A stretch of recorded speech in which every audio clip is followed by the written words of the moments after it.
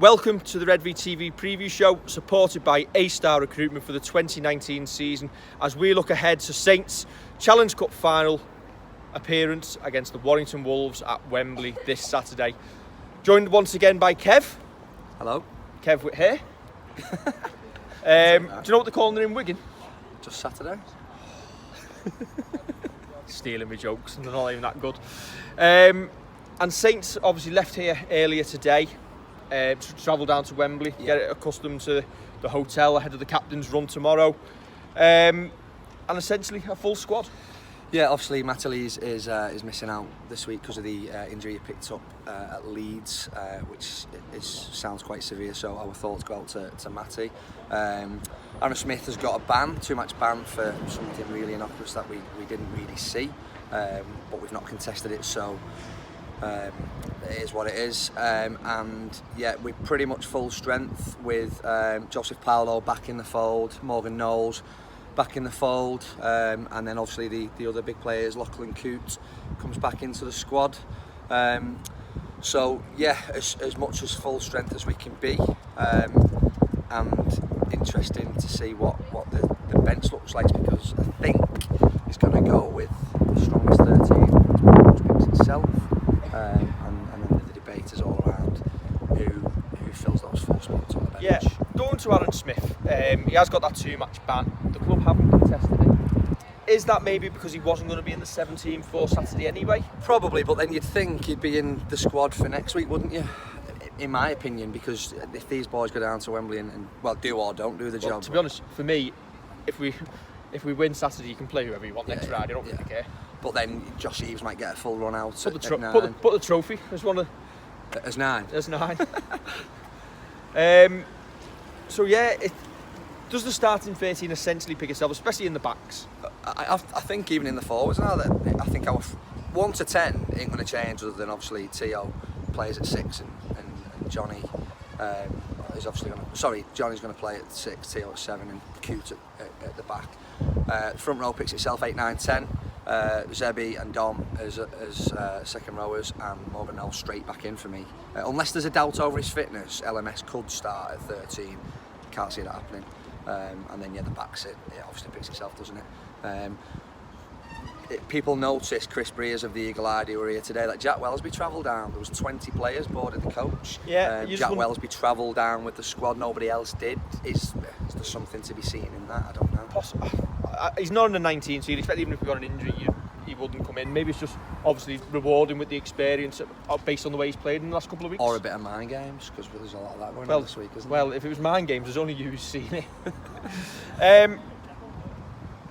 If I look at the satellite link up, I'm wondering whether we can get Kevin. Bald Kev. Kev, are you there?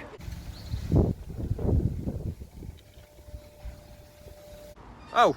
He doesn't want to join us, it seems. Must be too hot. Too hot and joining his honeymoon. Hang on a minute. I believe he's with us now. Kev, you've heard us discussing our team for Saturday, what we think it'll be. Does it essentially pick itself? Matty Lees obviously suffering that horrific injury last week, a torn intestine, we believe. And Aaron Smith missing out through suspension. Does it pick itself? What would you go with? Welcome to a baking hot Dominican Republic, Dave. It's a shame you're not here. But then again, I can't get interrupted by you. There's a service road behind me though, so you'll probably sense something to interrupt me. Matty Lees missing is a massive miss for us. First interchange off the bench. He doesn't know how to take a backward step. He is going to be an almighty miss. He likes taking it to a big pack as well, like Warrington's forwards. So I think we will suffer a little bit there. We'll miss something from him. With Aaron Smith missing out as well, the team probably does pick itself if everyone's fit. The 19-man squads are a little bit here and there these days. If everyone's fit, obviously you can pick your first 13. Morgan Knowles fitting in at 13. Then it's on the bench. I think he's got his decision to make.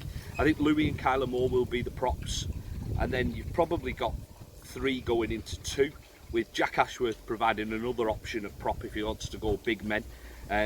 But you've also got Joe Paolo, who can bring NRL and World Cup experience, or James Bentley, who is probably the form second rower at the moment. He's the one who's kind of stepped up to the plate, so I'm not sure what he'll go with there. Bentley can provide cover at 9 if needed. Paolo can provide cover at 6 if we need a halfback coming in. I don't know. I think, to be honest, he will go with 2 second rowers, and it might be Jack Ashworth to miss out. Yeah, what you say there, Kev, about obviously Jack Ashworth, you think he may miss out. For me, I'd put him on the bench. I think he'll get that bench spot. For me, players to miss out, I'd go probably Danny Richardson probably won't be in the 17 because you're not going to carry a half on the bench. And if we're worried about the size of the pack, probably Jack Ashworth makes the bench, and I'd say James Bentley will miss out. And because if you need cover for Roby during the game, do you use Morgan Knowles there? Yeah, you can put Knowles there. Theo could drop in there if we needed him to. But yeah, I mean, Kev's just made a really good point. He said about Matty Lees loves to take it to a big pack, and I just think he says LMS is another prop. He is and he isn't. He'll do that job, no doubt. He'll do that job. But for me, Jack Ashworth, this is a really good chance for him to. And he also doesn't take a backward step, and he's learned loads and developed loads this year. So for me, Ashworth will get the nod, and it will be, again, unfortunately for Danny Richardson, he'll drop out, and it's looking like Bentos will drop out as well, which is a real shame. Now, we're wrapped up, we're all wrapped up in the warm Redvee coat. We believe Saturday is going to be 27 degrees and sunny. Probably, Kev, you're probably the best person to ask about this with the weather you're in at the moment. 27 degrees, sunshine. Does that work to Saints' advantage this weekend? Yeah, with it being sunny and hot on Saturday, much like it currently is here, it could work to Saints' advantage. Dry weather, there you go, there's something interrupting me that you probably said here. Dry weather is suitable for Saints strike players. Our centres will love that. The likes of Kevin Agama, Mark Percival are going to absolutely love playing in dry conditions. Big pitch, gives our wingers a bit of space. Warrington still have the strike players, but you'd imagine that it will suit Saints down to the ground. I can't believe the scooter worked. I got it in. Brilliant. Best £3.20 I've ever spent. Yeah. Kev talks there about the big pitch. We've got a few players who could go wild on that pitch this weekend. Absolutely, yeah. Mark Percival and Kevin Agama, as he alludes to. This will be like a home game back in Australia for Kevin Agama, and the form he's in, he's absolutely on fire. And yeah, I can see them having a real tough job. Charnley's coming back in. Rumour is that Ratford's going to play at 6 and Mamo at 1. I'm sure we'll get onto that in a minute. But if Charnley comes back in, Percival and Grace down that side, Nagama and Makinson, I just think we can put some moves on, get Johnny and Theo getting the ball in and out there. We could score lots of points on those edges. Regan Grace, if he sees a gap on that Wembley pitch, how are you going to catch him? Well, they're not, no. I think that's the song that Keith Grimes, big shout out, he's getting everyone in. It's the Regan number 5, isn't it? Yeah. Oh, fancy learning the words. I know, yeah, I've tried. It's impossible. A bit too many for our fans. It should be heaven for some of them Saints players on that Wembley field. Yeah, and kicking will be really important as well, because it's a big pitch, it'll be draining. Kicking game right, turn around, Cuban's coming in, should be able to do that. Johnny can kick also from the halves, as can Theo. So yeah, really big pitch, really driving, just suits us down to the ground. So Warrington have left Blake Austin out of their 19-man squad. Does that mean anything? Do we want him to play? Do we not want him to play? Does it matter? For me personally, I've seen it's non-stop. I got it this morning, well this afternoon, same as everybody else did. I thought, is it mind games? But then I know some people who are close to someone really inside the Warrington camp who've said he's definitely not going to play. But if they're really inside the Warrington camp, would they say it anyway? You're right. Who knows? Right. Would it be a shock for him to play Saturday? I think based on the fact that he's been on his Insta or his Twitter page today, but he's going to say the that. same. Yeah, he is. It's mind games. It'd be, I'm not going to swear, but it'd be an absolute horrible thing to do. But if that's what they want to do, let them. Look, he's played against us twice this season. He wears Johnny Lomax's pyjamas for a start, so it doesn't bother us. For me, actually, I think Ratchford could do more damage at 6 than Austin would. I think Justin Holbrook said it right last week. He doesn't care who plays for Warrington. We'll train as if we're playing their best side. If he plays, we'll be prepared for it. If he doesn't, potential bonus for us. Kev, obviously you've said Blake Austin's not in the squad. Do you think he could play? Is it mind games? Obviously, Steve Price did it before the semi-final. Blake Austin not named, I mean, it doesn't really surprise me. They may well be just kind of hiding the fact that he's going to play. But I think because Steve Price has done this so much in the season, it's kind of lost its value. It's more of a novelty. It's more of people are just laughing at the fact that he's naming a 19-man squad and then, or 21-man squad as he's done in the past, and then bringing other players into it. Every team does it. I think Saints will train for both eventualities. But listen, if we're on our game, it doesn't matter. Warrington could play the Aussies in their squad. It wouldn't matter. Saints are that much on form. So, players coming back for Saints: Lachlan Coote, Alex Walmsley, James Roby, Joe Paulo. Saints obviously on a really good run of form. I think Warrington have won something like 1 in 7 on a really poor run. Yeah. Does it matter for you in a game like this? Form, no, because the two teams haven't had the best teams playing. So form, no. But the fact that we've beat them so convincingly twice out of the 3 times and comfortably when Tomo crashed over in the last 7 or 8 minutes, I think that plays a part and will play a part on their mindset going into the game.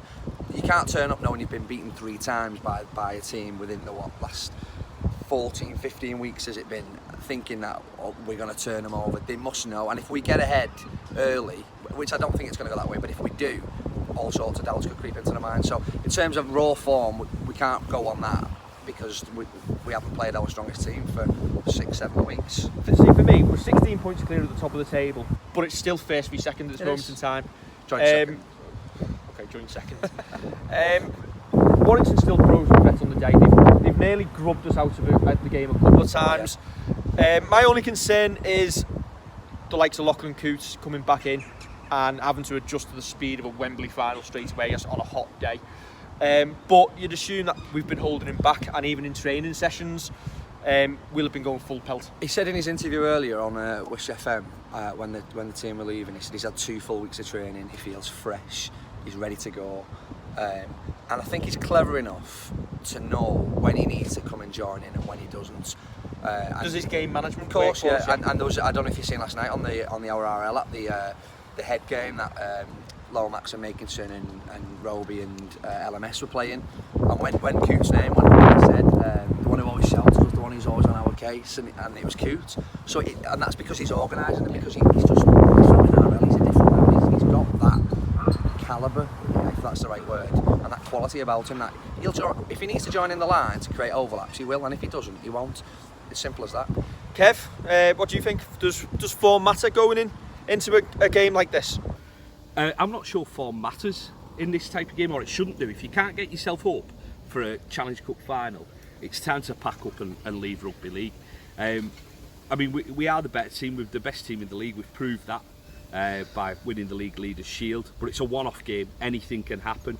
I mean, my gut feeling is, as long as we can kind of dominate their forwards as we have done in the 2-3 games that we've had against them, then there shouldn't be an issue. But I think, as I say, with Matty Lee's missing, as long as Alex Walmsley and Luke Thompson can lay the first platform, Kyler Moore's his form's come on leaps and bounds. Louis as well, he's a good prop forward. I know he's been playing in the second row and at 13 as a third prop, but he brings a little bit of energy as well. Right, Kev, then, what's your prediction then? Who do you think's going to win? Do we need to ask the question? My prediction, I'm going to go Saints by 14. I think it'll be tight towards half-time, as it has been in a couple of games the Saints have had over the season, where it's been level at half-time, and then the second half, our fitness, our form, our skill set just be too much for them. 14, Kev thinks. Will it be as big as that? I called 16-20 last week. You did. I wish I'd put some money on that. I was asked this morning, and I said 2 to 3 tries. Now that we know Blake Austin's not going to be involved, I'm going to put my neck on the line and say I think it'll be 20 plus for St. Big Helens. big call. For me, I've said it before all the other cup games we've played so far, I don't care whether we win by 1 or 100, it doesn't matter so long as that trophy is coming back on the coach, back to St. Helens. I'm going to go Saints by 18. You've got to be optimistic. I thought you were going to say 2 or 4. You've got to be optimistic. Yeah, I don't want that kind of game. Do you know what, if we have that kind of game and we come out on top, fine, because the jubilation will be even more.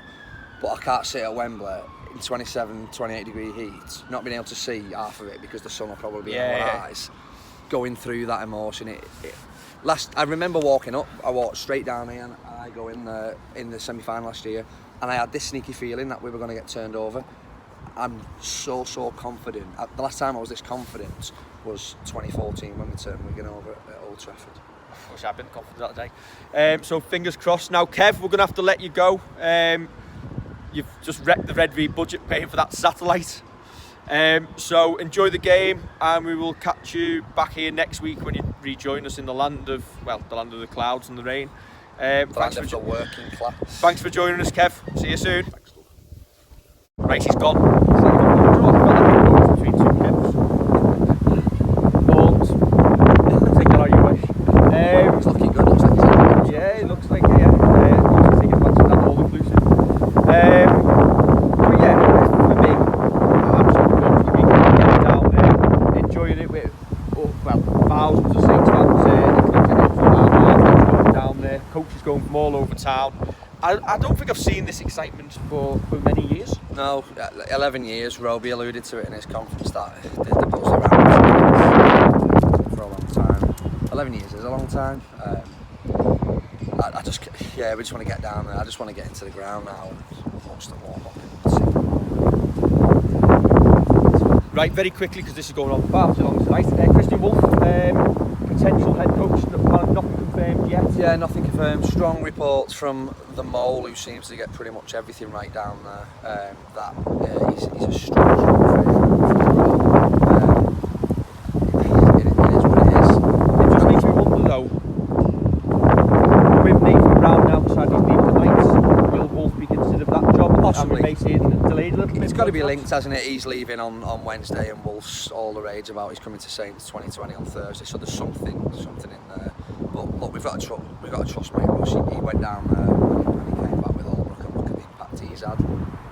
So we've got to trust him. And what will be. We've got bigger fish to fry before we announce that. And Rob Hicks, referee in the cup final. Yeah, do you know what? For me, I wonder if he'll have it in his mind that he was abused by Warrington fans, not Saints fans, Warrington fans. There's a lot of that going around. It's just. I haven't got that many concerns with Robert Hicks. No, he's been decent this year, hasn't he? Last week, I think the penalty count, someone tells me, was 10-4, and we got a penalty in the last 35 seconds. So 10 penalties to 3. I hope he lets both sides play, but I hope he allows a quick play of the ball as well. Yeah, be a dry pitch, so it should. Because you'd have to assume Warrington's game plan is going to be just slow down our run. Yeah, of course. And if he pins him for that, we'll just get yards and yards. Mr. Hicks, ping them early, please. Yeah. So that's it. You're departing in the morning to Wembley? Yes. With the rest of the Little Pig. The Little Pigs. Yeah, big shout out to Little Pig crew. 8:15 a.m. in the pub, free bar for 45 minutes. Hey, you're all invited. And yeah, we should probably delete that. So yeah, and then we're down there 9:15, and it's not a free bar. The bar's not open at 8:15. Yeah, free bar for if you've got your Little Pig t-shirt on. If not, come for a drink. But yeah, can't wait to get down there. No kids this week, which I'm really upset about. Just me and my wife. But miss your kids if you're watching this later. We're down London Elstree.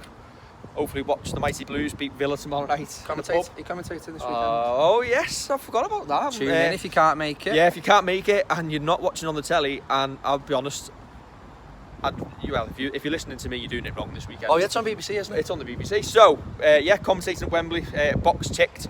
There'll be a bigger box ticked. Was this the first time commentating at Wembley? Yeah. So congratulations on that. It'll only be a box ticked if we win though. So yeah, we may try and do some fan stuff outside the ground before the game. If we get up to the Green Man, we'll take some videos. So if you see us, come and say hello, and we'll try and do a couple of videos and maybe build up a picture over the day.